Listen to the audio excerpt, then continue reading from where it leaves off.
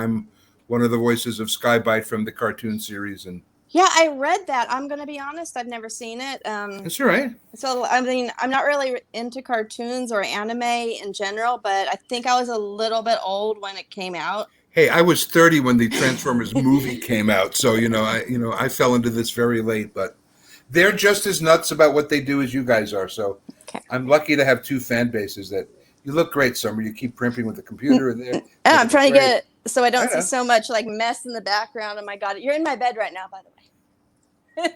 This is the room. I usually don't on a first date anymore, but with you, I seem to be. I've known you before in another universe. You and I are in a lot of trouble together. I have a feeling. That's what I do. Okay. Trouble, really? No. This conversation could get very interesting by the. And now, can we curse? Is this? Yes. No. This is rated E, so you can say whatever you want. I can just be me, right? You can be you. Please be you. I don't want anything else. Oh boy, you're in trouble. God. I'm so excited. Now, I got to tell you, I don't know, like, a whole lot about you personally, so please don't think I'm dumb if I ask stupid questions. You're not blonde. Unless, as James Bond would say, the collars and the cuffs don't match. That's a whole other story. They don't. I dye it dark on purpose. I'm usually not this 39 seconds into a relationship, but where do you live? I'm in Chicago. Oh boy, that's 3 hours. Oh man. Born and raised in California, but I live in Chicago for 12 years. You know how I can tell you're born and raised in California? How? You keep foofing with your hair. Yeah. Well, my best friend who normally does this with me, and she won't be able to be here today, and our Jessie, our producer, was having tech issues, so it's just us. Okay. Anyway, she lives in Indianapolis too, and she's worse with her hair than I am. Oh well, you know what? I turned to my husband. I said, "You thought I was bad." I have a feeling this time in Indiana is going to be the birth and the death of me all at the same time, and it's going to be great. You are terrific. Thank you. I appreciate that. Does hubby do voiceovers too, and this kind of stuff? One more time. Does hubby do this kind of stuff too? No. He worked before he got laid off in transportation. He oversaw megabus operations and tourism in Chicago. But then, COVID hit and everyone got laid off. Yeah, I know. So, so I do this and did the theater thing, and then I work at a law firm during the day, and then I did work as a waitress on the weekends. But there's no restaurants open right now, so that's not happening either. So many people in the restaurant business, so many places closing, and people don't even realize so many actors who were dependent upon musicians, singers depended upon that gig. Yeah. Is how we're going to look. I had to figure out how I recreate my teaching life when COVID hit.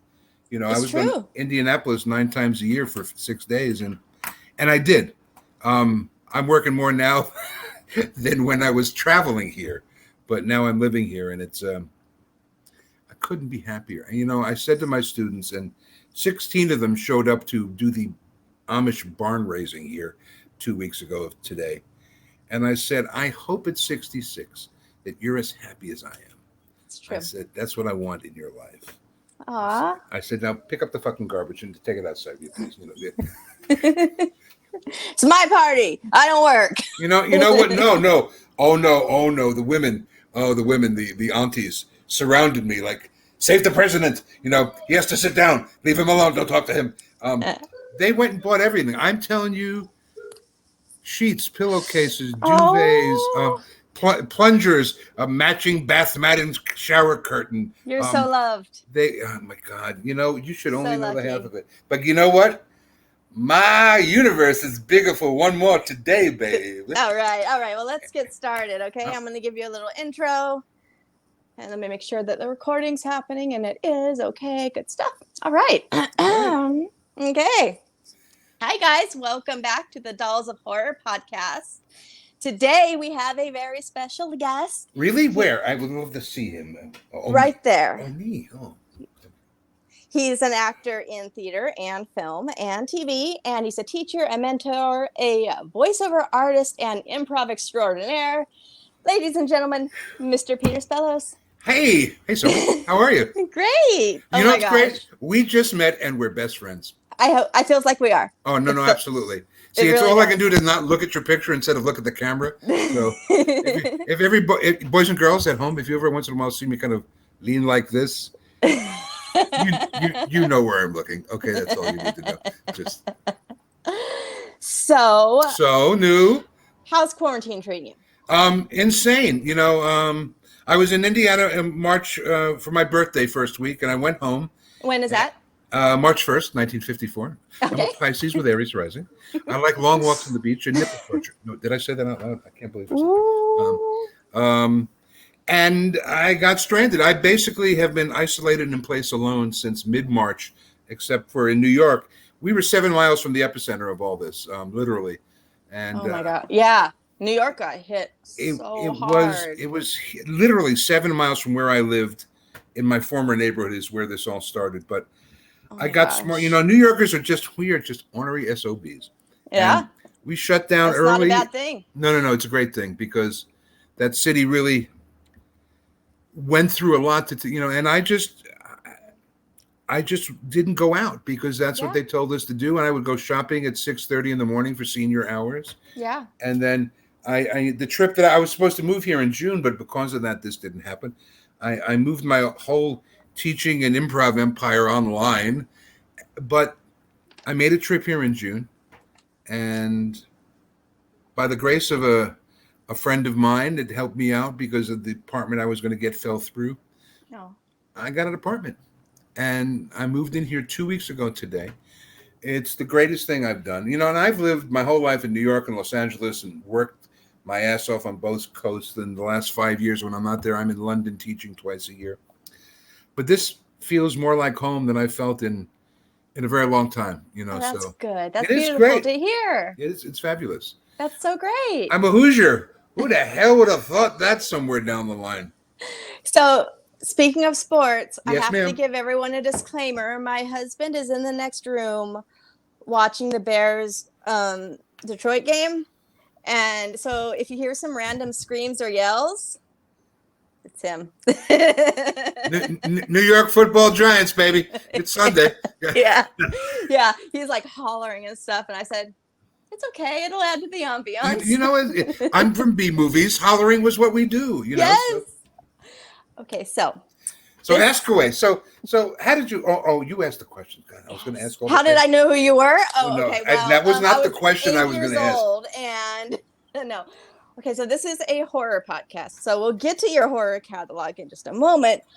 But first, I have to geek out and talk some American Dreams. Okay, first of all, I have a horror catalog. I have an oeuvre. Really? You have a horror catalog. I'm going to post American Dream pictures on your page. Please do.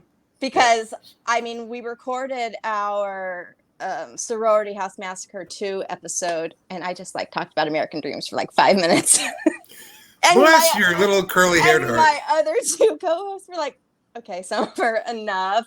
One of them's older than me, and one of them is much younger than me. So the older one knew of it, and the younger one's like, I think I remember a little bit, but she was probably 2 when it came out. Did you say cousins or kids? Co-hosts. Oh, co-hosts. Sorry. Because you said kids, and I went, no, this is impossible. She's 900 years old. Wait a minute. This can't be. No. Co-hosts. No. You know what? I just think you killed your co-host because this is a horror movie podcast because your husband's in the other room and it's just you and me. Yes. Well, You know what? I will need help hiding the bodies. No, it's not a problem. Yours is not one of the bodies you hide. Can I say that on television, correct? Yes. Oh, good. Well, there you go. And what's your husband's name? Henry. Henry, don't kill me, Henry. I'm just getting happy. This is the way it's going to be for the next hour. So he never watches, or listens. He's like, you know what? I'm happy with both. Thing. No. You do your thing. You're weird. You're goofy, and you're crazy. So just go do you, and I'll be in here. Oh, we're 3 hours apart. This is no good. This is trouble. So ask away about American Dreams. Okay, it's one of the greatest things I ever did with my life. So Gus was hilarious. I loved him. Gus was not in the pilot. Really? They shot the pilot in Vancouver, and they came back and they didn't like that little triumvirate of the director, the stage manager. Mm-hmm. So at the time, I knew the casting director, and She called me up and said this conversation. Jonathan Prince, the executive producer and creator of the series, turned to her on a Friday and said, I need a fat, funny guy that's good with improv. And Laura went, he'll be here Monday. And I walked in, and the audition was really 4 words. Roll camera 1, roll cue, sound on, all that, just director shit. And he wanted me to improvise a conversation. Now I knew the audition was going to be improvised. That's good.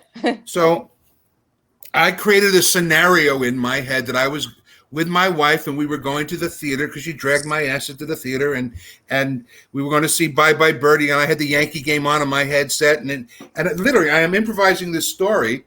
And I said, in the minute Mantle hit a home run off of Bill Monbouquet, Paul Lynde hit a high note in the musical, and my wife now thinks I love musicals. And the producer, Jonathan got up in the middle of the audition and said, I've never heard anybody say Paul Lynde and Bill Monbouquet in the same sentence. First of all, I'm quoting real 1963 players. So right. I was accurate in the year the show is taking place. And he was a huge sports fan. I had no idea. And he looked at me and he said, I had a goatee at the time before this pre-Santa beard was in. And he said, would you shave your beard? I said, I'll pluck it right now if you like. And got a laugh. And by the time I got home, I had booked the role of the director. So I get to the set on the first day of the shoot. Joey Lawrence is playing the producer. And I forget the character's name because it's been 15 years now. And I thought, he needs a name. Yeah. Because you wouldn't speak in the booth and you never mention, I mentioned his name and he never mentions my name. So I went right to Jonathan Prince. I've just been hired and I said, the director needs a name. And he went, Peter. And somebody went, that's one of the characters in the show. I said, he said, what background are you? I went, I'm Greek. He went, Gus. I went, oh, it's Gus. Absolutely. I'm Gus. Yeah. And so that's how Gus got born.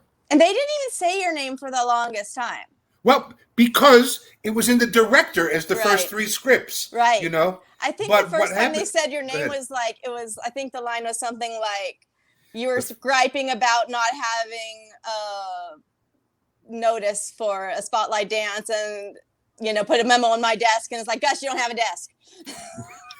You know what? The fact that that's the first time Gus was mentioned is both titillating and frightening all at the same time. But my first day on set was just that. I had 4 lines, and they wanted me to improvise the whole what I did at the audition because nobody knew from me yet, So I asked them. There was a big book on set that all the season regulars got, the series regulars. That was a history of the 60s.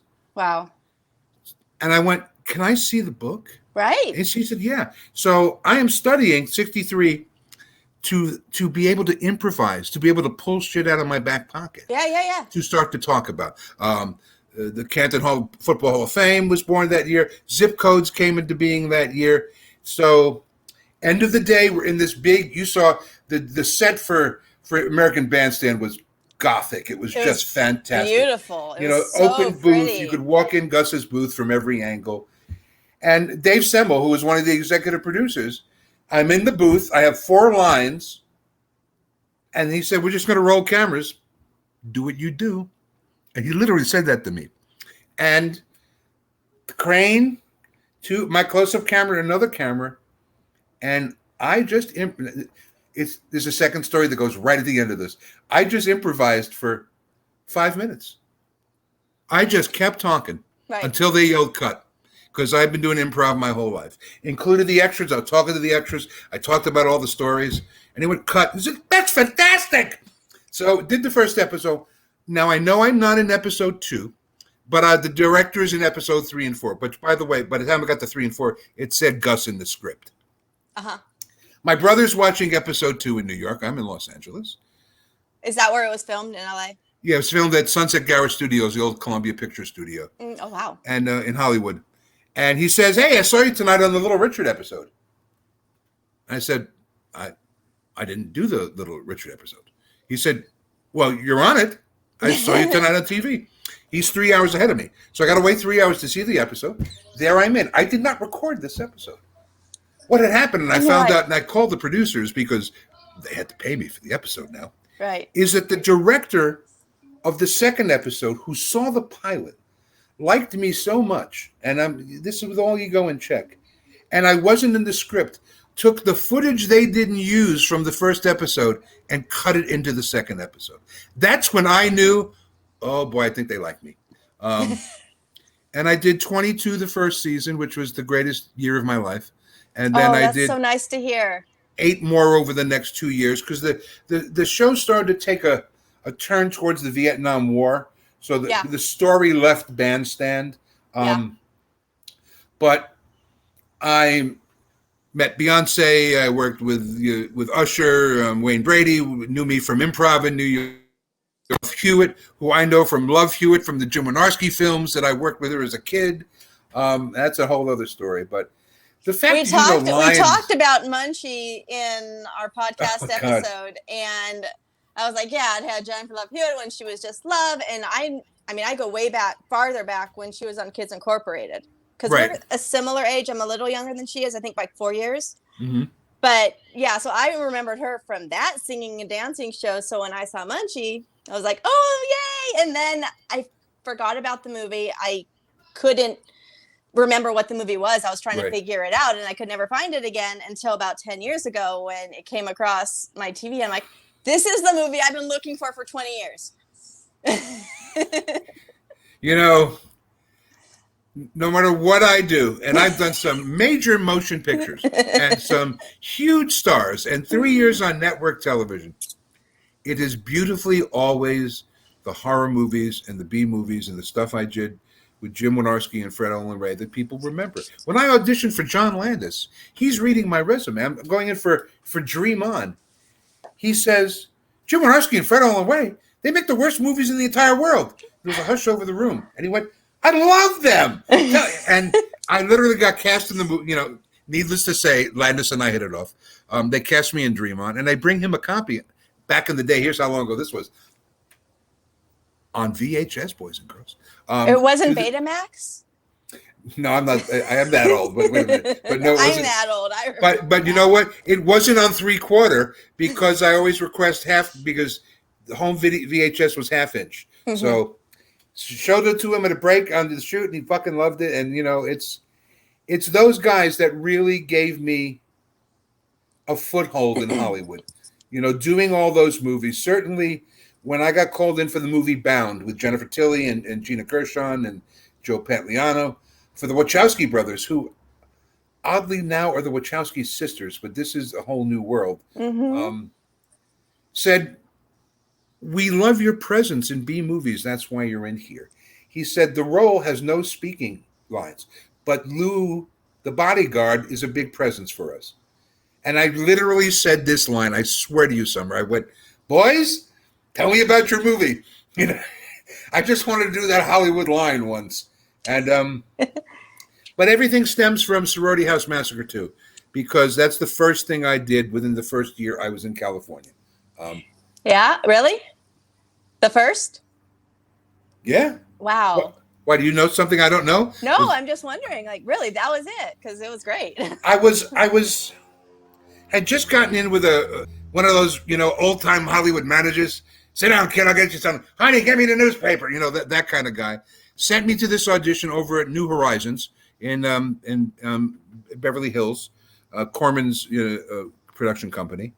And I walk in, and there's 20 women dressed to the nines. And when I mean nines, I mean they just had costumes that looked like the number 9 on them. And my first thought was, well, I'm going to love Hollywood. And second, I was the only guy in there for some reason. And I walked in on Julie Corman and Jim Wynorski to audition for Orville. And I said, Ketchum, Orville Ketchum. And I said, it's kind of like Bond, James Bond, isn't it? And Jim Wynorski kind of smiled at me. Like, I was the first person who said something intelligent about that line.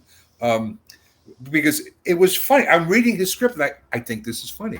So at the audition, I was really slow and decided to make him Southern. And I thought I did something when I was calling Thorazine shuffle.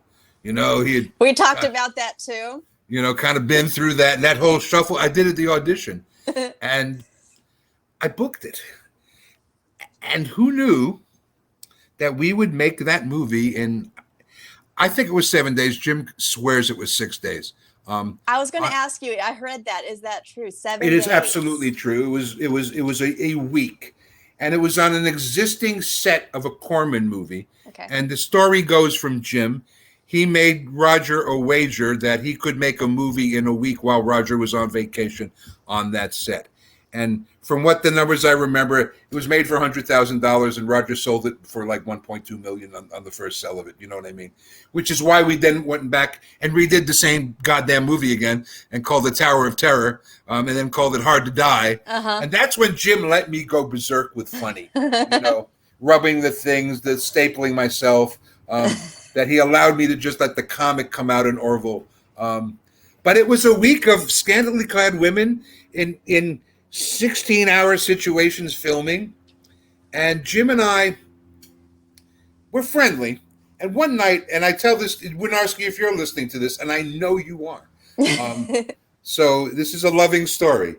It was late. We were all exhausted. We probably had 2 meals already. And something went wrong, and he started yelling at a crew member. And I mean, it just was, everybody's nerves were frayed. And Jim was yelling. Jim was yelling. He stopped yelling, and there was dead silence. And I went like this. I went, ladies and gentlemen, Jim Wynorski. The Jim Wynorski dancers will be right out this in a second. Stay with us. The whole place broke up. It loosened the entire mood. Wynorski looked at me like, smart ass. But like, oh, I like you. You know. And then we found we had this love of Abbott and Costello. We both grew up in New York, outside of New York City, so we watched the same cartoons, and so it was a love fest. I had a blast. It's exactly like it looks like. We had a great time. I mean, Gail and Melissa. I mean, Gail and Melissa. I should be stranded with Gail and Melissa the rest of my life. Do you know what I mean? So beautiful. So beautiful, but great people too. Both of them are terrific, powerful women and doing great things with their lives. And, you know, and sorority house and the Wachowski brothers, now sisters, say, we like your presence. And it was all those movies. It was Sorority House Massacre 2 at the old Corman Studios in Venice. And if that was the launch to my Los Angeles career. It could not be a better story if I made it up. You know, just so the fact that you are a fan of that movie.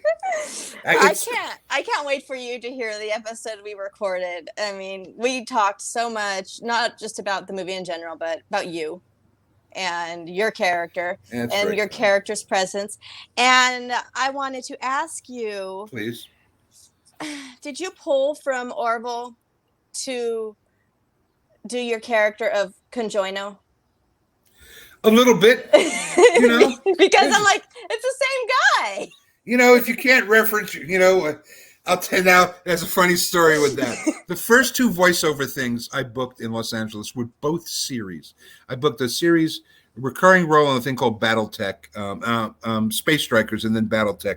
And Stu Rosen, rest his soul, died a year. He was a short, fat, round, Jewish gay director. And he talked like this, darling. How are you, darling? What's going on, darling? And he would always go to me, Spellos, don't you do any other voices? And I would do back in his voice, why should I, Stu? You hire me for the same voice every time. You know? So perhaps I channeled the inner Orville and drew upon my one B-movie voice that is most famous. Knowing it probably was my last B-movie. I believe it was. I don't know. It's been a long time. Yes. If our listeners don't know, we're talking about the Full Moon Movie Sideshow. Okay. So yes. Check it out. It's streaming on Tubi right now, and it's still fun. Hi, Jesse Keenan, if you're listening, and maybe you're not listening, but I just wanted to give you a shout out. I saw it 20 years ago on video, or 19, whenever, when it was released, and I loved it because it was also filmed in like Simi Valley, and I had a lot of friends out there. And then, can I speak rationally? It was cold as fuck the night we shot. Oh my God. As like Vasquez is hot as fuck and we shoot in Dinosaur Island.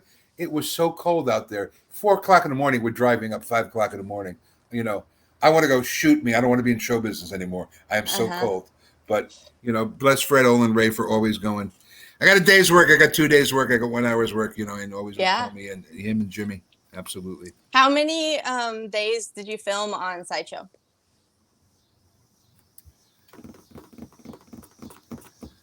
You know, gotcha. 2. You know, it's a lot of years and a lot of, you know, it is a lot of years, a lot of medication ago, you know, so it's, I'm 66, baby.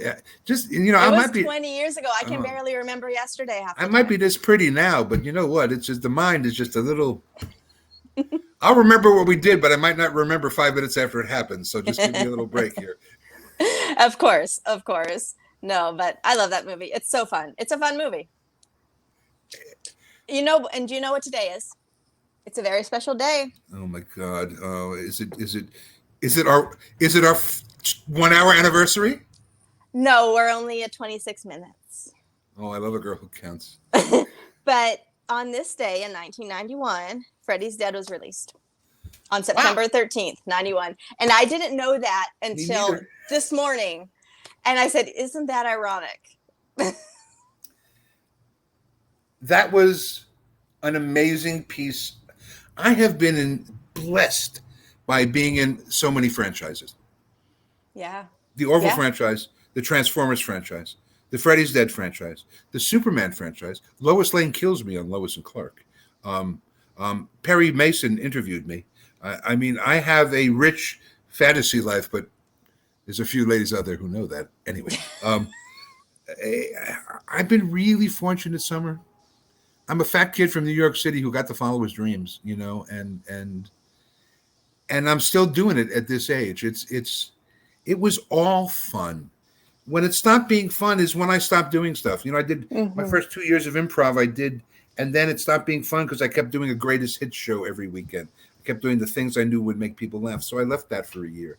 I'm a fun junkie. You know, that's, if it's not interesting, if you're not making it, and not you, but well, I know you'll make it interesting. But if one is not making their lives interesting, then they're missing the whole point. You can't wait for interesting to find you. You have to go find it. Right. And by being in show business and being an actor and a voiceover artist and falling into all those things, I always said yes to work.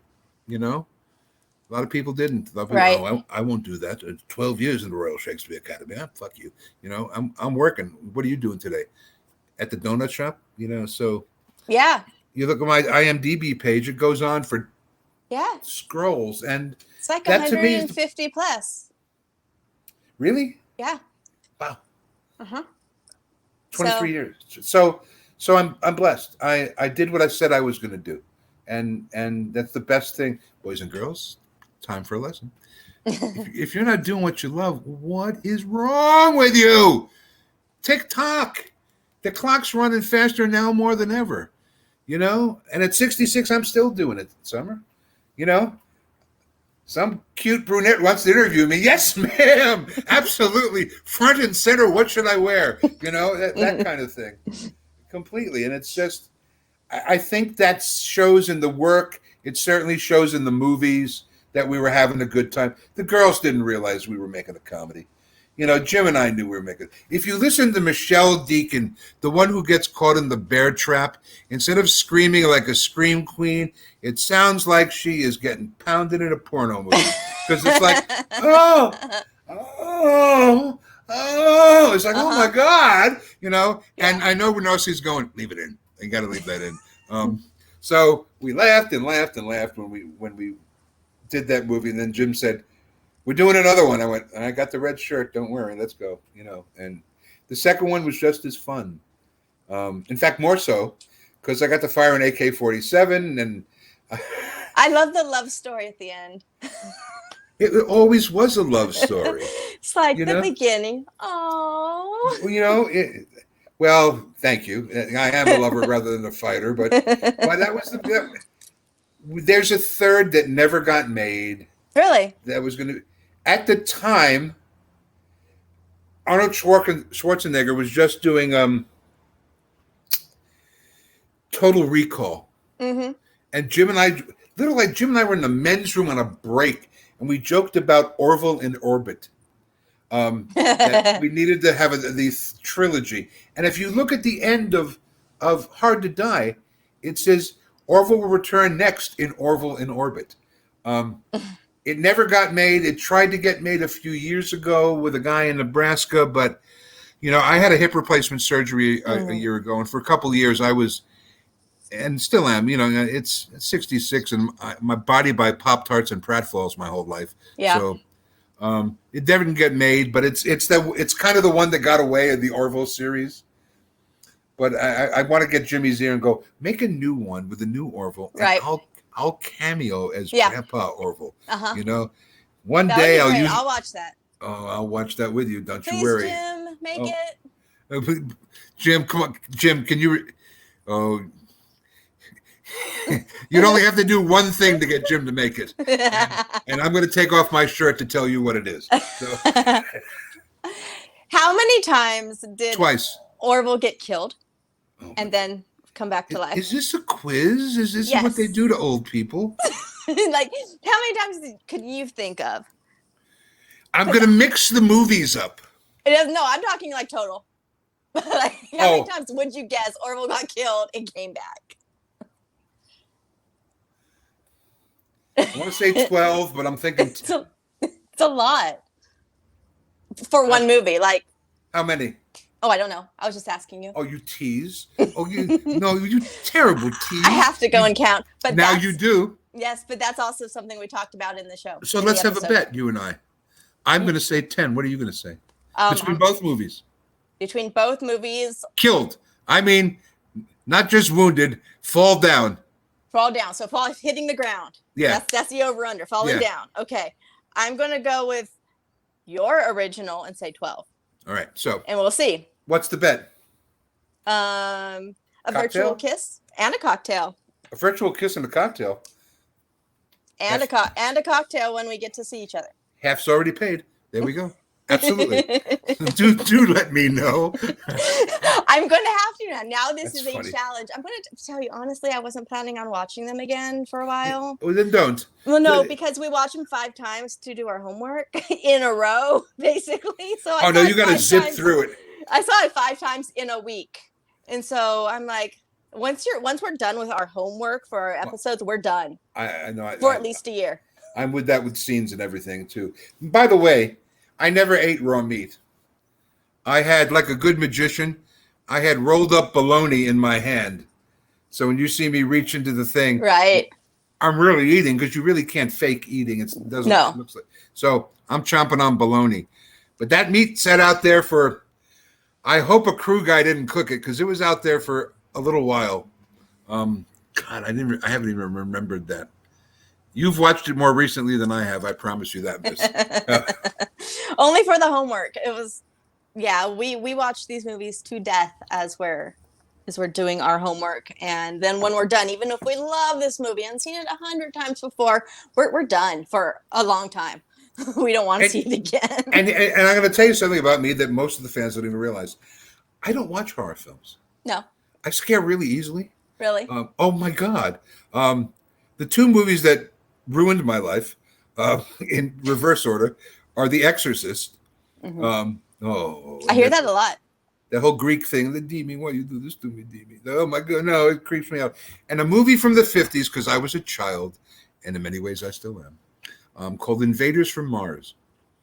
It was about a kid who wakes up and he thinks he sees a spaceship going over a hill, and all of a sudden, creatures start to appear, and he's the only one. But the adults start to disappear, and they start to be like, zombies. But you can only tell because they got a little thing in the back of the neck. And the leader was a head with 2 zombies carrying him around, and nobody believed the kid. And Hillary Brooke from Abbott and Costello was in there. What was Miss Hillary doing with the aliens? I swear to God, I watched the remake at 34 like this, because it just shook me. It was so frightening. And my father was, shake it off. It's not scary. Well, you know what? Tell that to the 4 years in therapy about not scary, okay?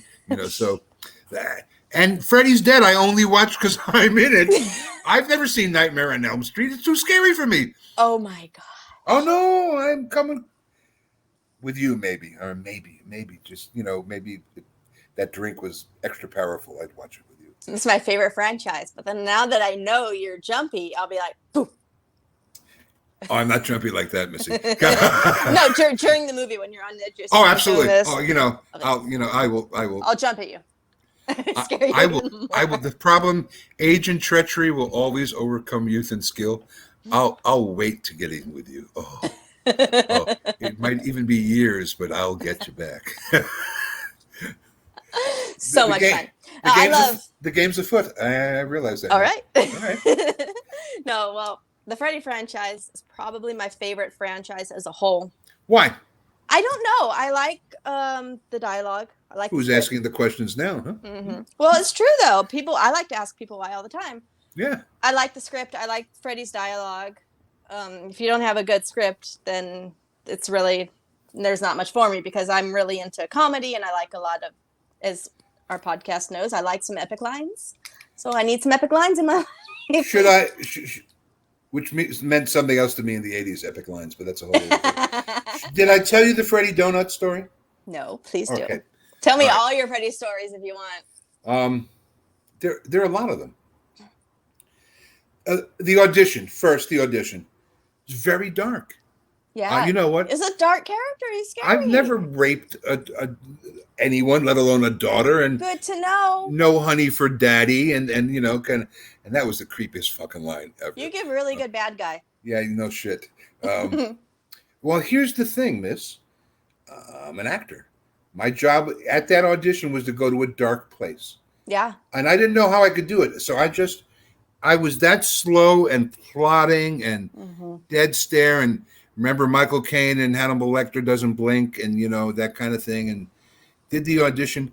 When you're an actor and there's silence after the audition, it's one of two things. You have sucked so badly that they are stunned into silence and do not know what to say to get you out of the room. Right. Or you're that good. I won't say good, but you move them off their position and you don't know what's about to come out of your own mouth. There was a dead silence in the room. And Rachel Talalay, for all you Doctor Who fans, directed a lot of the Missy episodes in the end of the season, directed Tank Girl, wonderful director. And she had a lot to do with the Nightmare franchise in general, even before that. Absolutely. That was the huge. whole connection. Rachel was an amazing director and turned to me and said, with an incredulity in her voice, that was terrific. And I literally, what are you saying? And right. I said, I don't know whether to say thank you or not. Right. And that was my response. I said, well, that was a dark place. Yeah. I said, thanks for having me. So I book it. Yeah. They have me sequestered on the set. Because first of all, I knew John Buechler, who did the makeup, his team from a Wynorski film, maybe from the first Men in Black, but that's a whole other story. Now I'm crossing the beams, as they say in Ghostbusters. Where were we in the story? John Buechler. Oh, the makeup. Yeah. 3 hours, 3 guys to put all that stuff on, to twist my face like that. Yeah. So Leslie Dean wanted nothing to do with, didn't want to see me, wanted me because she was working her acting stuff because she didn't want any, hey, how's it going? I'm the actor who's playing your abusive father today. And I'm as friendly as can be, by the way. Yeah. And by the way, exactly. So I'm sequestered. John's great.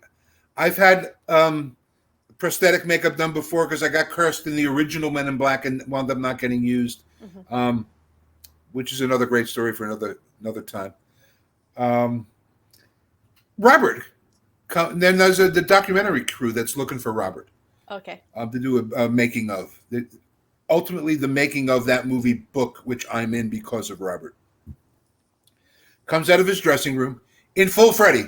And sweater, fingers, hat, teeth, smile, teeth, everything. And says, no, I've done so many of these. He said, why don't you interview Peter? That's so nice. It was. So now to interview me, I wind up in the book, a couple pages of me doing the makeup. But he walks over to fucking craft service, which is right there. Right. With the Freddy fingers. He's fingering through the donuts. No. He's like this, and he's looking, he's going, were there any crullers? Did anybody have any crullers? And he is just moving the donuts with his Freddy fingers. And I thought, I saw that's some horror movie icon looking for a cruller. I love a cruller. That I'm never going to forget. And it was just, we wind up doing that scene. It's incredibly powerful. Yeah. You know, she beats the shit out of somebody with a furniture pad with that coffee pot, that electric percolator. Leslie and I just barely spoke at the end, kind of a thank you kind of thing. Mm-hmm. It was powerful. You actually see the fat Freddy arm, so you imagine it's me turning into Freddy, which was my favorite moment. They were so good at doing that throughout the whole franchise. They really did so well. And the fact that I am in that franchise as one of the nightmares is terrific. Cut to a few years later, I'm at an audition in Hollywood at a building that was tall for Hollywood, 6, 8, maybe 10 floors.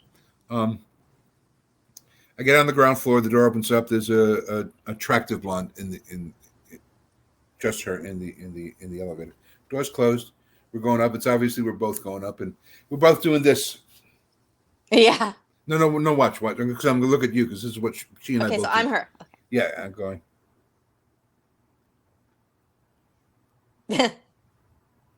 We're both nodding and looking, and I went, "Excuse me, I am not being forward, but I swear to God, I know you."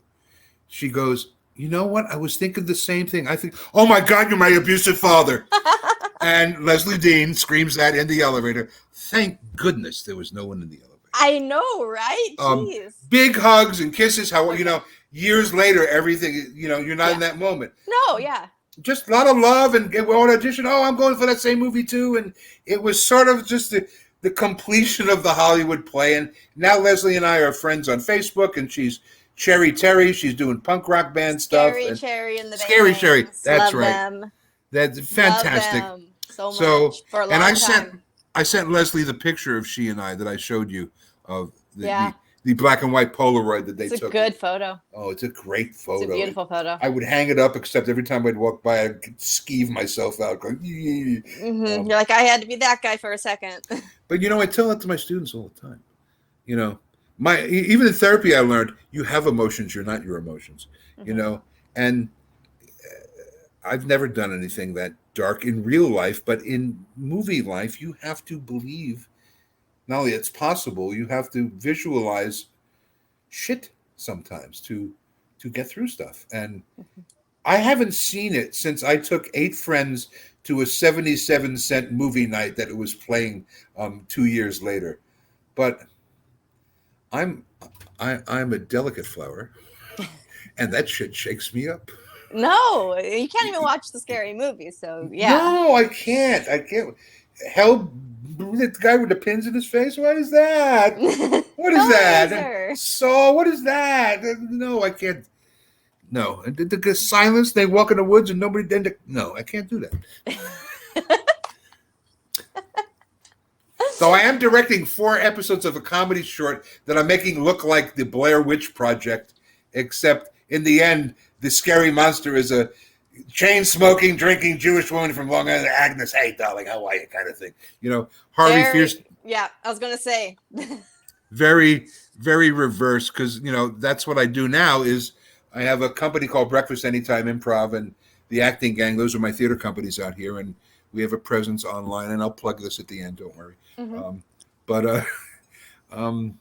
I spent my whole life in comedy, and I play murderers, rapists, daughter fuckers, and, and just... They type you out, in Hollywood, and I'm lucky to be typed out because, like you said, 150 things on that IMDb, and I guess I became the guy I said I was going to be. So, I'm a happy camper. That's so nice to hear, though. Really, talking to you, I got a new friend. Who's trouble and 3 hours away. Total trouble. Total trouble. We got to hit a horror convention, man.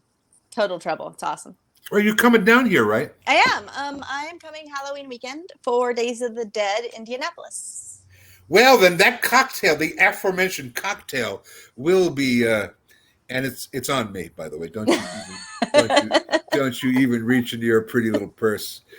Yeah, I'm just, it's so nice. I'm so close. I just get on the little bus, and it's a 3-hour trip, and then I take a little Uber, and I'm there. It's good. And you stay downtown?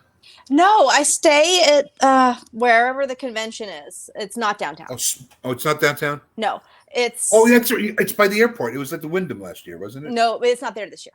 Right. It was there last year, though, right? Yeah, last year they changed venues. Don't confuse me. Hey, they changed venues. I'd not been to Indy, so I went in July for the first time, and I mean it was far, far, far away from the airport, which is why I didn't fly and took the bus instead. Right. So yeah, but it's like 8 miles away from the megabus stop, so it wasn't that far at all. But it's not downtown. All right, I'll definitely go because I'll send you the address and the info and where it's at, because I don't know Indy geography. I don't know where things are, but I just know how to get to the hotel. Do you like dark, smoky leather lounge kind of places? Yes. I'll take you to Nikki Blaine's. Okay. You gotta walk downstairs. I described it to my dear friend Maggie as it smells like Cuban cigars and Sammy Davis Jr. Oh. I know. Yes.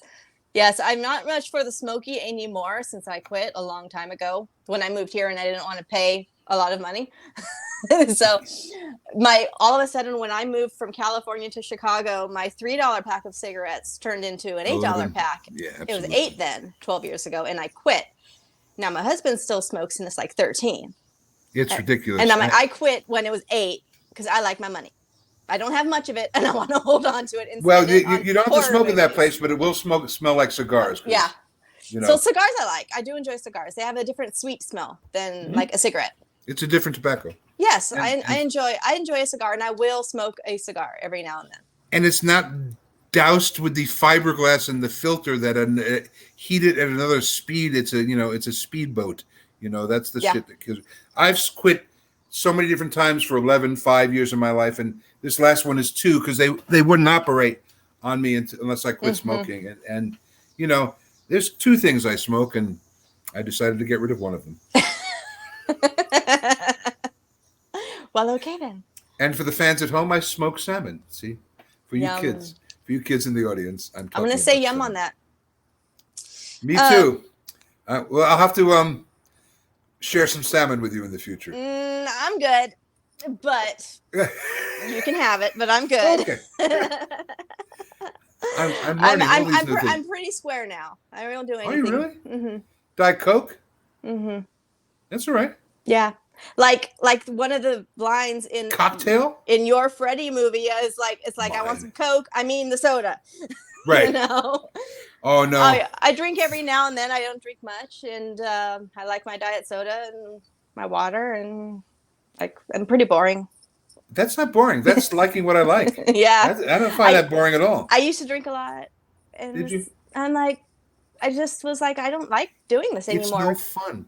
The shit I did in my 30s, and I was in New York in the 30s, in the midst of all the cocaine mania, and my history's an open book, and I laugh when I look back on what I did and look like 30 plus years ago, because first of all, my body couldn't handle any of it. Right. Second of all, it's not even a little interesting. I mean, drinking to me is a nice glass of port, right? And just sipping and talking with friends. That's an evening's drinking with me. No longer drinking to get drunk. I never did, because I would do drugs to get high. Mm-hmm. It was never a drinker. My family weren't drinkers. I have 1 beer a year, like my mom did on the hottest day of the year, and I have 2 sips and I'm done with the beer. I don't drink wine at dinner. I drink water. I'm like you. I drink water, and I drink English tea. I do a lot of tea. And I drink a little pineapple juice and every once in a while, because it's sort of like it feels like a sweet treat of my childhood to me. But I would say I'm boring too, except I'm writing weird comedy, and I'm back to weird me. I'm certainly not the party animal me. And I go to bed at 9:30. I know, right? You know what? First of all, I tell my students, by the way, sex is just as good at 1:30 in the afternoon than it is at 1:30 in the morning. And dinner tastes the same at 5:30 than it does at 10:30, I assure you. But I'm up here at the computer by 5:30 having a cup of tea. Mm-hmm. Yeah, because everything hurts. It's the other thing about being 60. You sleep. All right, I can't sleep in that position anymore. So I get up. Dude, my body is so broken up. Did you call me dude? Dude. That's so sweet. California coming out. I know, dude. My body is so broken up from all the years of like ballet and figure skating and all that at such a young age. Right. That now at 30, almost 38, I can barely walk. Like when my first 20 steps, I walk like Orville. I'm just sort of lumber around and I can't move. My joints aren't working. My ankles don't work. And I'm just like, ow. So, I mean, I feel you. I know. You drop something on the floor. George Burns used to have a great line. He said, every time I drop something on the floor, I think, what else can I do while I'm down there? It's true. And I see my pen. And I said, do I really need that pen? Well, do what I do. I'm like my cat used to do. If I drop the pen, I drop something else that I know I have to pick up, like my glasses. Well, now I got to go pick up both of them. Now it's just, you got to go pick them up because otherwise I'll step on them later. Yep. And I have little Legos around here. I have Legos of me that fans made in England. I'll send you the picture. Oh, please do. It has the beard. It has the beret. I wear a beret all the time. It has the cane because I walk with a cane. Yeah. It fucking looks like me. That's the highest honor, dude. We sold them at charity at this convention in England last summer, for $10 for Mary's Meals, which feeds the elderly and the hungry. I do a lot. I try and do a lot of charity work. Now that I'm in Indiana, we want to do a lot of charity work with my company. The whole mission statement for the company is a community of artists serving their community, and that's the one thing I want to leave here in Indiana one day is a brick and mortar theater that takes care of actors, that takes care of the young students coming up out of school, and someplace that who are those guys? Yeah. They came in and fed people. They came in and put boxes in the church for the food, and just. That's beautiful. It's a bigger, especially now, Heather. Heather, why do I call you Heather? I don't know. Who the fuck is Heather? Do I look like a Heather? No, Summer. No. There's no Heather in my life, Summer. This is. I was about to get really hurt. No. Oh God, no. What? You're gonna get hurt, and your husband's in the next room. Give me a break, all right, please. All right. But he called me Heather. The ironic thing is, my best friend, her name is Heather. So shout out to Heather. Heather, call me. Heather. Obviously, I'm channeling you, babe. Do you like older men? Because I imagine you're, in your 30s now. But remember, half the age, and then add 27. Yeah, my best friend's name is Heather, so he thought I was you, woman. Okay. Summer.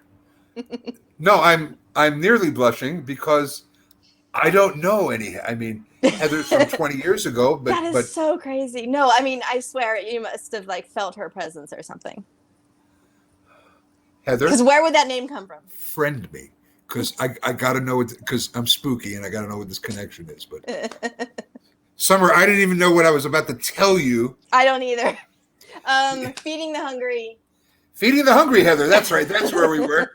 God, maybe it was the alliteration that attracted me. I don't know. I've been doing so much improv lately online. That's beautiful, though. That's a beautiful thing.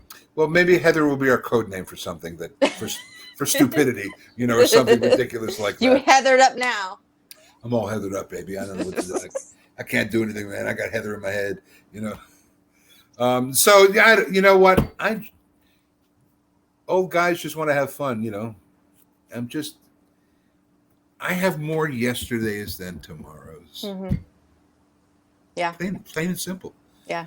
Do the fucking math, kids. So I'm not going to miss today. I'm not going to miss this. The answer to any of your questions will most likely be yes, ma'am. Because TikTok, Yeah. Really. And it's that sense of time that I try and impart on the generation that doesn't understand it like I didn't understand it 30 years ago, that my clock ticks louder and faster than you can ever dream a clock would tick before. So I enjoy everything. So when I saw, I don't even know, you came across, I liked your smile. I looked on your page. I went, well, she's cute. Yeah. It's a podcast for horror. Well, she should know me then. I didn't even. You're like, oh, that's why she friended me. Got it.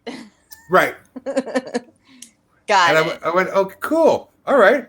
Podcast day. Hi, I'm free. Yeah, and I was like shocked, and I was like, "Really, you want to do my little show?" I'm a very forward boy. Okay. I have a dear friend, Lauren Brock. She's from Nashville, Tennessee. She was my student many years ago, and now she's a production manager in film. She's doing great. And I met her up 5 years ago. She came to one of my acting classes. We've known each other when? Okay, that's how many years. She sat in the back, and I could always go to Lauren, and she'd always tell me the truth. She'd cut me no slack. And and at the end of the class, I went, so, baby, how did I do? And she went, you have no filter left at all, do you? I went, nary a screen, baby. Not it. She goes, I like it. And so, no, I'm going to keep saying it because I like this. Oh, Heather, I have no, darling Heather. That will be our Shakespearean name. Oh, Heather, I must have you. I've come to your door 12 nights in a row. The prince doesn't even know that I'm here. I must be gone now, but soon a rose. I've been writing a lot of Shakespeare's comedy, so that's where my head is. I love it. How was your experience working with Screaming Mad George? Because he also did a Freddy movie. Not yours, but another one. A genius. Yeah. That's what they said. That's what the cast said in interviews for Nightmare 4.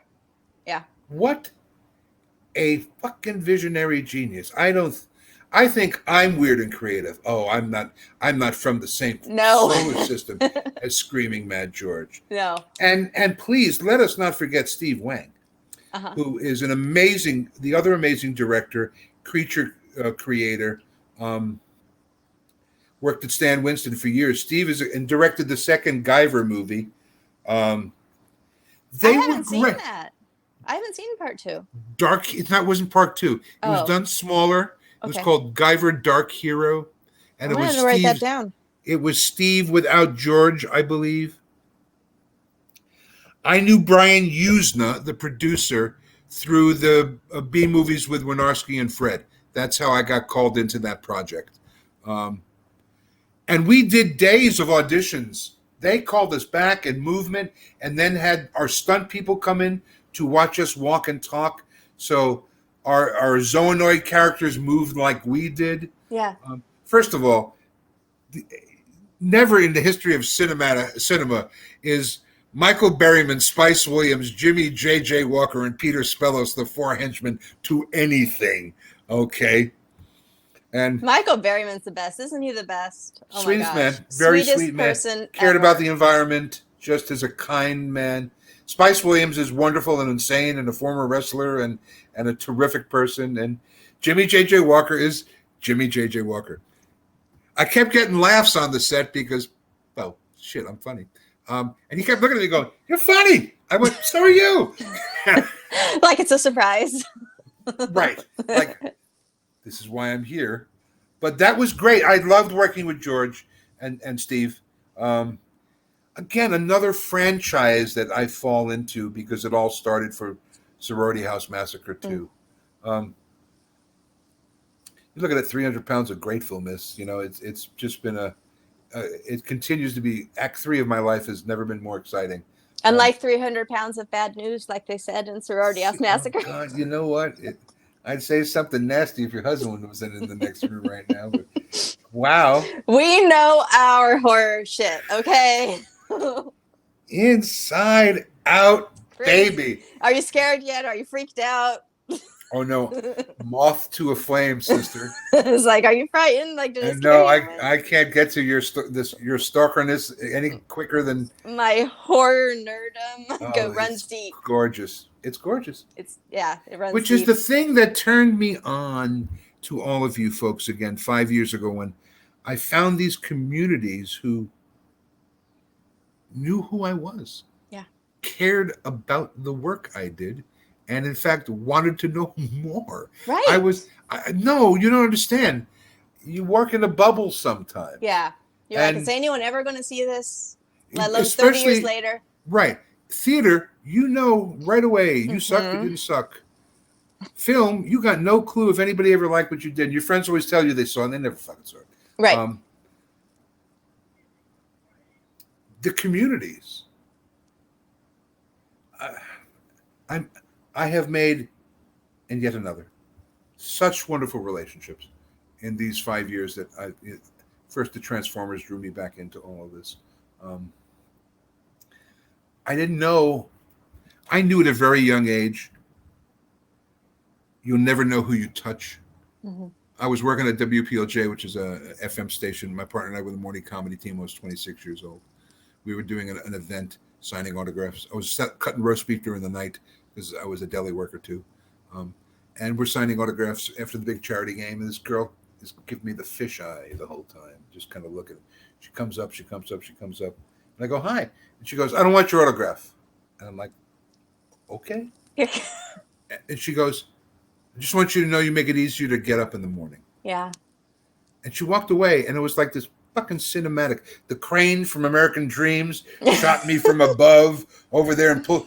The music swelled. The fat man was left alone in a circle of people. A dancer. Perhaps. You're a woman of vision. But it taught me in that moment at 26, you never know who you touch. It's true. So give your best and do the work and do this. But I learned who I touched by your community and by the Transformers community and people who love Marvel to death, which is the silliest thing in the world. I love it. It really is. And I couldn't be happier about it. When did you start doing voiceovers? And how did you get into that? I'd done radio in New York for years and doing comedy and voiceovers on there, and had done one commercial in New York. But out here, I was literally working on a show called FBI: The Untold Stories, one of those semi-recreation shows where there's acting and talking. Yeah. I also did an Unsolved Mysteries, and you can find that in that night. Get a call from my buddy Kevin, who says he's recording a series. Can you come down? I said, I can't come down for an audition right now. I'm shooting. I was on my lunch break. He said, well, here, call the director, Stu Rosen, the director I told you about before. Call him up and audition. I literally pull a paper plate out of the garbage can next to the payphone. Look that up too, boys and girls. And write the lines on the plate and read it to him over the phone. And he says, you sound terrific. Come on down, 6 o'clock. Here's the address. And I walked in. And it was top voiceover people. I'm not going to name names, but Teenage Mutant Ninja Turtles, Biker Mice from Mars, everything that was being done back at that time. Mm-hmm. And I thought, wow. And it was in a room because they were animating to the voices, which was really great. You know, you do a lot of anime, and it's acquired animation, which means I'm watching an animation on the screen, and I'm trying to lip match with everything. Okay. Right. It's supposed the other way, where you're all with music stands in the middle of a room, much like you would do an orchestra. Mm-hmm. I did the thing. It went really well. And the director goes, Spellos, can you work next week? I'm like, yeah. They were paying $600 an episode. I was not working at the time. Right. I had no idea it was a recurring role. Yeah. Drop my pen. And the world thanks you for it. I'm so easily distracted. I really, really am. Oh, look. Shiny thing over here. Yeah. Well, I'm so keeping it clean with you on our first date here, on our first virtual date going on. But I booked 13 more episodes. It was a recurring role. Oh, wow. I auditioned for the next series, Battletech, that he's doing. I book a series regular. So now people are going, who the fuck is this guy? Because I'm an actor from stage and screen and TV, not voiceover. Mm-hmm. And that's how I fell into the voiceover community. And you start working, and then so-and-so sees you, and hey, Pete's good, bring him down to Saban. And that's where I started doing all the shit for Saban. I even got to do the Thing from the Fantastic Four. I don't know. I'm a big superhero guy, and more boys than girls. Back when I was a kid, were into superheroes. And what's your favorite superhero? Superman. There's okay. there's no question. Superman. No, there's no question. But to do the Thing, it's Clyburn and Delaney Street. We'll be right back, kids. Just be part of that universe, absolutely, no matter what. For a second. Right. And like I said earlier, I've been in so many universes, Summer. I wanted to call you Heather again, but I didn't because I'm being nice to you. I can't wait to tell her. On purpose. You tell her this, Heather, if you're watching this, and I know you are, friend me, because at least we have to know each other. Her Facebook is a shit show. You're gonna love it. It's just a whole bunch of memes. Really, really dirty memes. Heather, I'm gonna like you too. Yes. She's crazy, but she's my best friend, and I love her. From Chicago too? She lives in Indiana, but she's originally from the Dallas area. Okay. We won't hold that against her. Dallas. Yes, but she's been living in Indy for 20 years. She's a Texas girl. Yeah. She's been there for 20 years, though, so she's been there a while. I know. Texas girls are trouble. Yes, they are. She's definitely the troublemaker of the two of us. You know what? Methinks she doth protest too much. There are stories about you, I'm sure, that are out there as well. Oh, I'm sure. I'm going to tell mine. I have a friend of mine who's an author. She's written 3 books, and she asked me if she could be my biographer. And I'm going to. Yeah. The book's working title right now is I'm the Guy in Those Movies. You are, though. I am, and that's why. Because I'm at Universal Studios one day. I'm having a cigarette, and that's how long ago that was.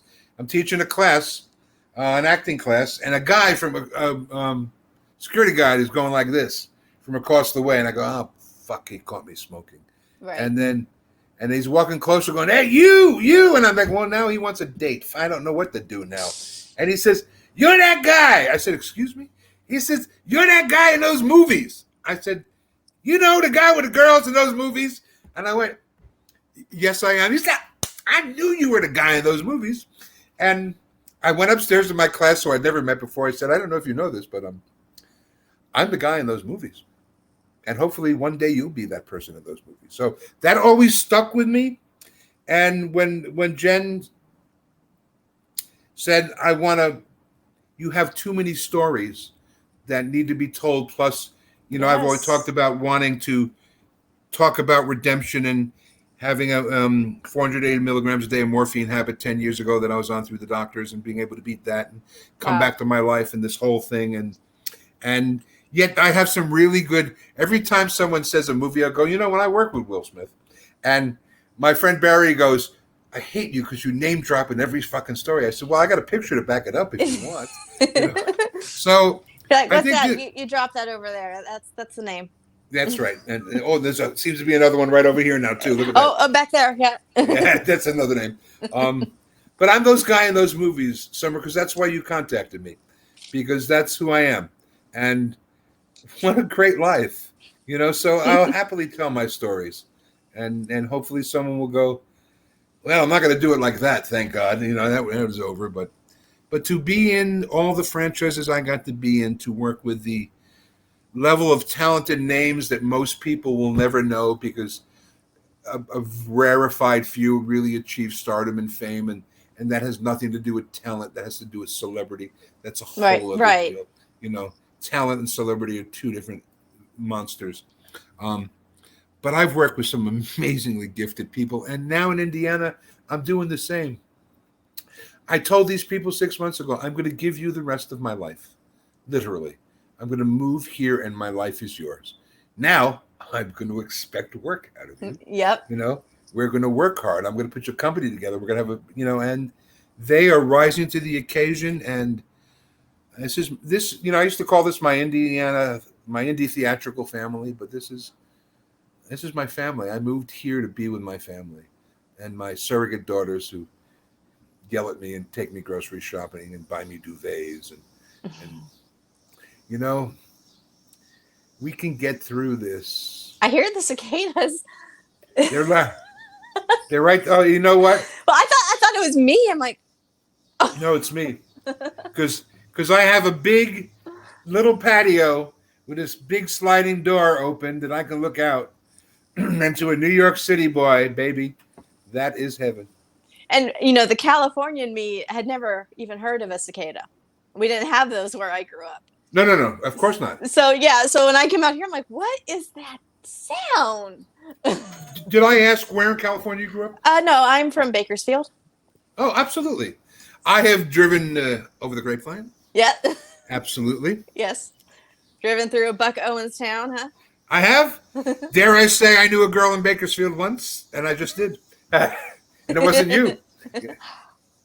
I know. You were probably in your diapers when that was happening, miss. Probably. Yes, ma'am.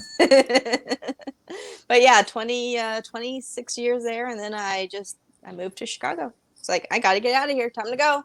Yeah, well, you know, if you don't know Bakersfield, boys and girls, you got to get out. There you go. And they always say, you'll always come back. No. Yeah, they say like the Garces Tower is there, and it just pulls you back like a gravitational field. And I'm like, and everyone said, well, if you don't like it in Chicago, you can always come back. Like, no. I'll go somewhere else. I will rather die than come back. No, I'm with you. To live. No, absolutely. No, I get that. But no, I'm like, no, I will go somewhere else. You know, I don't have to come back.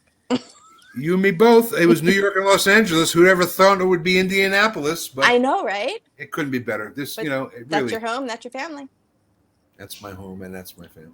And absolutely. Yes. Are you taking new students? Medication? Yes, I am. What? Students and medication. No.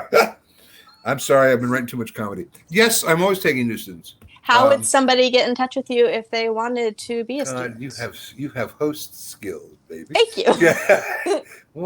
Well, Heather. Tell us about it. Well, Heather, I'll get my AM voice now. Well, Heather, let's tell you all about it. You can go to any one of these social media platforms, Instagram, Facebook, Twitter. I'm a little snarkier on Twitter than anywhere else, so enter at your own risk. I'm going to go find you on Twitter. I'll make political comments on Twitter. And there's somebody I've hated for 30 years, and I always give them a hard time on Twitter. I know that they can't be possibly seeing it, but it just feels so good to just throw snarky out there somewhere. Mm-hmm. Anyway, you can contact me there. Absolutely leave us a message at Breakfast Anytime Improv on YouTube. Subscribe, like, and click alerts as the language I'm learning today. And you can also email me at peterspellos@gmail.com. Okay. And I'll get you started. It's really cheap. We're doing it online. And once the pandemic ends, we'll be doing it live again. I was teaching 5 workshops. Go ahead. I was going to say, you know what? Kind of a blessing in disguise about this this pandemic is that people are having to do things online now. So people are now getting to do things that they might not be able to. I'm not in Indiana, but maybe I can take your class online. I took some ballet classes with some ballerina who I've loved for forever in Utah because she was doing it via Skype. I would never be able to do that. Amazing. I have my old stand-up partner from 43 years ago, the funniest man in the universe, taking my class in my companies. 3 of my UK students from my Improvicons, and that's the name of the group in London. They're taking the class. So I have Jim from 43 years ago interacting with my babies who are 18 and 19, with my indie family, with my Brit folks. It's beautiful. It's so great. It is amazing. And it's forced us to do it. Like, it sucks, the situation, but it's made us do more online, which has made us branch out to different avenues. You know, there's a baseball player years ago called Carlton Fisk who said, pressure is the opportunity to succeed. Mm-hmm. If you treat it as an opportunity to fail, you'll fail, you know? And me as a New Yorker, rat in the corner is where I do really well when everything looked like it was crumbling and I was going to be isolated and, well, I got to figure out how to do this. And I also started doing a Friday night play reading series for 3 months that we're going to continue again. A Sunday night tiki lounge that we called where everybody could come and, how do I put this, imbibe in front of each other and hang out and just relax and shoot the shit You know, I wasn't teacher in that room. I was, I was Mr. Fabulous, Professor Trouble, whatever some of them call me sometimes. But I tried to continue to create community because I knew how many people were isolated. Myself, I'm a self-serving bastard. I knew I was all alone, and if I couldn't somehow hook up with my families, I didn't know how I would make it through it. Right. How did I make it through it? Three friends, two of them students, drove 750 miles to pick me up, load me in a truck, and drive me to Indianapolis so I wouldn't have to fly. 16 people showed up on the day of the Amish barn raising here in this apartment. A 58-inch flat screen walks in the apartment, and I go, "What the fuck is that?" And they all go, "Welcome home." Heather, I'm loving doing that to you now. Sweet Summer, if I was to tell you I was the luckiest man on earth, I would not be lying. Sounds like it. Yeah, no shit. It's so beautiful. Welcome to my life, and I'm glad to be in yours. Thank you. No, really. There's nothing different between you and me because I fan over the people who moved my world. I got the autograph of Phyllis George, who played the original Superman on TV in the 50s, that I grew up loving, and told her thank you for my childhood. Yeah. So I get it. So and when I saw you cuted in the horror, I went, "Oh, son." Yep, click. Absolutely. I'm in. Hi, I'm happy to do your podcast. Yeah. That's literally how it happened. And I'm over here like, what? Okay. Please. Yes, please. Why not? Because Lenny Bruce once said, the great comedian, we're all the same. Love Lenny Bruce. We're all the same schmuck. Yeah. I am you and you are me and he is the walrus. Do you know what I mean? It's no different between you and me, except your hair is a little curlier and a lot cuter. Aside from that, we're pretty much the same. Yeah, I was about to say I could fluff with the best of them, but I did not mean that. Yeah. Orville almost won my best hair category. Almost. No, it couldn't. There was better. Even Michelle Deacon had better hair. Which one was she? Dana. The one in the bear trap. My friend liked her. I think she won his hair moment. I think she won Billy's hair moment. It was still 80s hair. It was big 80s hair. I was like, "Where's my podcast now?" So maybe Dana Bentley got your best hair. It was the one who had the black hair. Dana Bentley, I knew that, with the bangs. And, yeah. Well, that was either good or bad, and we don't know what just happened there in the Bears game. Yes. Nice. So, no, there was so much hair in that movie, and I loved every minute of it. It was as fun to do as it is to watch. That I promise you. We had a great time. We all sat together. We ate together. We froze together. Yeah. It was the halcyon days for sure for me. The beginning of my second career at 33, and here I am 30 years later, still talking about Orville Ketchum. Talking about it. Still talking about Orville Ketchum. He's downstairs with his tools. Even the whip this out moment, Jim and I were just reaching for the key. And we're like, oh. And she's just holding it. I'm like, I'm going to go wash that key now. Every once in a while, I just put on Jim's page, Hockstetter, on the page, or Kimberly, Oh my gosh. The shots of their asses going up they had an attic, and they made sure they got the girls walking up the attic because they wanted to see hindquarters, if you will. That's something else we actually talked about. This is a quote. I said this. Nice butt angles. You know what? I don't know if I want to take it. Yes, ma'am. Nice butt angle. I agree. You're going to love our episode. We've talked about all these things. It's so funny. So watch this. For my boys and girls who are listening and my fans, where would one find the Dolls of Horror podcast? You can find the Dolls of Horror. Wait, no, let me do. Where would one find the Dolls of Horror podcast. Now, take 3. Where would one find the dolls of Oh, fuck it, I can't do it. The dolls of horror. Where do you live? Where can the kids find it, Heather?